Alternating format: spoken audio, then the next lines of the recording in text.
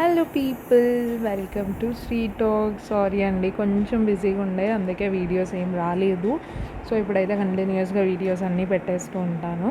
So ఇది ఇవాళ recipe వచ్చేసి బాదుషా అనమాట. చాలామందికి తెలియదు ఏంటంటే బాదుషా అండ్ బాలుషాహి రెండు డిఫరెంట్. సో ఈరోజు మనం చేసుకుంటున్న రెసిపీ యమ్మీ అండ్ డెలీషియస్ అయిన బాదుషా జ్యూసీగా ఉండబోతుంది. అండ్ లోపల వరకు కూడా జీరా ఇనకడానికి ఎలాంటి టిప్స్ ట్రిక్స్ యూజ్ చేశాను చూసారు కదా, ఎంత జ్యూసీగా ఉందంటే యూ గైస్ విల్ ఎంజాయ్ అండి. పక్కా చెప్తున్నా, డెఫినెట్లీ ట్రై చేయండి. ట్రై చేయాలంటే ముందు వీడియోని ఎండ్ వరకు చూడాల్సిందే కదా. సో వీడియోని ఎండ్ వరకు స్కిప్ చేయకుండా చూడండి, సో దట్ టిప్స్ అన్నీ నేర్చుకోవచ్చు. సో సబ్స్క్రైబ్ చేసుకోకపోతే సబ్స్క్రైబ్ చేసుకోండి. ఇక్కడ 100 grams ఆఫ్ మైదా తీసుకున్నాను. సో మీరు ఏదైనా కప్ సెట్ చేసుకొని తీసుకోవచ్చు, నేను కప్ మెజర్మెంట్లో చెప్తాను. సో ఇక్కడ 1/4 టీ స్పూన్ అంత బేకింగ్ సోడా, అదే తినే సోడా ఉంటుంది కదండి అది. సో సాల్ట్ 1 స్పూన్ వేసాను బోడగా. అండ్ హాఫ్ కప్ ఆఫ్ పెరుగు వేసుకున్నాను, చూడండి హాఫ్ కప్ ఉంది.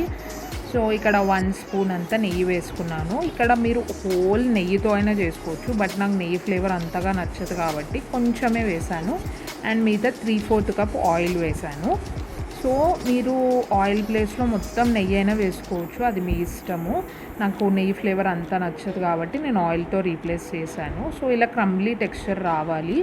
రాలేదంటే కొద్దిగా నూనె యాడ్ చేసుకోండి, వచ్చేస్తుంది. సో అలా అయ్యాక కొద్దిగా వాటర్ పోస్తూ తడపండి. సో ఎలా తడపాలి అంటే పూరి పిండి కన్నా కొంచెం స్మూత్గా, రొట్టె పిండి కన్నా కొంచెం గట్టిగా, అంటే మిడిల్లో ఉండాలి పూరీకి రోటీకి.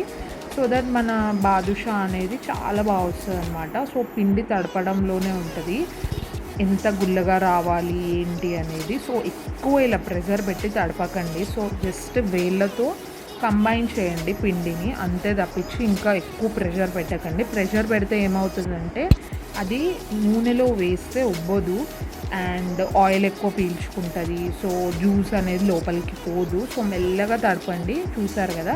సో ఇలా తడిపేసుకున్నాను. ఇలా ఓపెన్ చేస్తే మీకు ఇలా రావాలన్నమాట, బ్రెడ్ చించితే ఎలా వస్తుంది సో అలా రావాలి. అలా వచ్చిందంటే మీ పిండి పర్ఫెక్ట్ అయినట్టు. సో ఇప్పుడు అంతా కంబైన్ చేసుకొని ఒక 10-15 minutes సైడ్కి పెట్టేద్దాము. సో అప్పటి వరకు షుగర్ సిరప్ రెడీ చేసేసుకుంటున్నాను. సేమ్ కప్ తీసుకున్నాం కదండి, సో అదే కప్పుతో 1 కప్ షుగర్, 1.5 కప్ వాటర్ వేసి జస్ట్ అలా మరగబెట్టుకుందాము. సో ఎలా అంటే మీరు ఇలా చేయితో చూస్తే అంటుకోవాలి, జస్ట్ అంటుకుంటే సరిపోతుంది, పాకం వచ్చేసినట్టే. సో ఇందులో మనము ఇప్పుడు ఏం యాడ్ చేసుకుందామంటే ఇలాచీ పొడి ఉంటుంది కదా, ఒక 5 వేసాను. 5 వేసి ఇలాచీ పొడి చేసి వేసాను. సో హాఫ్ చెక్క నిమ్మకాయ రసం వేసాను. నిమ్మకాయ రసం వేసేసుకొని కలిపేసుకొని సైడ్కి పెట్టేయండి, మూత పెట్టేసి. సో ఇక్కడ మన పిండి బాగా నానిందనమాట. సో మీరు మెత్తగా తడుపుతే ఏమవుతుందంటే నానడం వల్ల ఇంకా మెత్తగా అయిపోతుంది.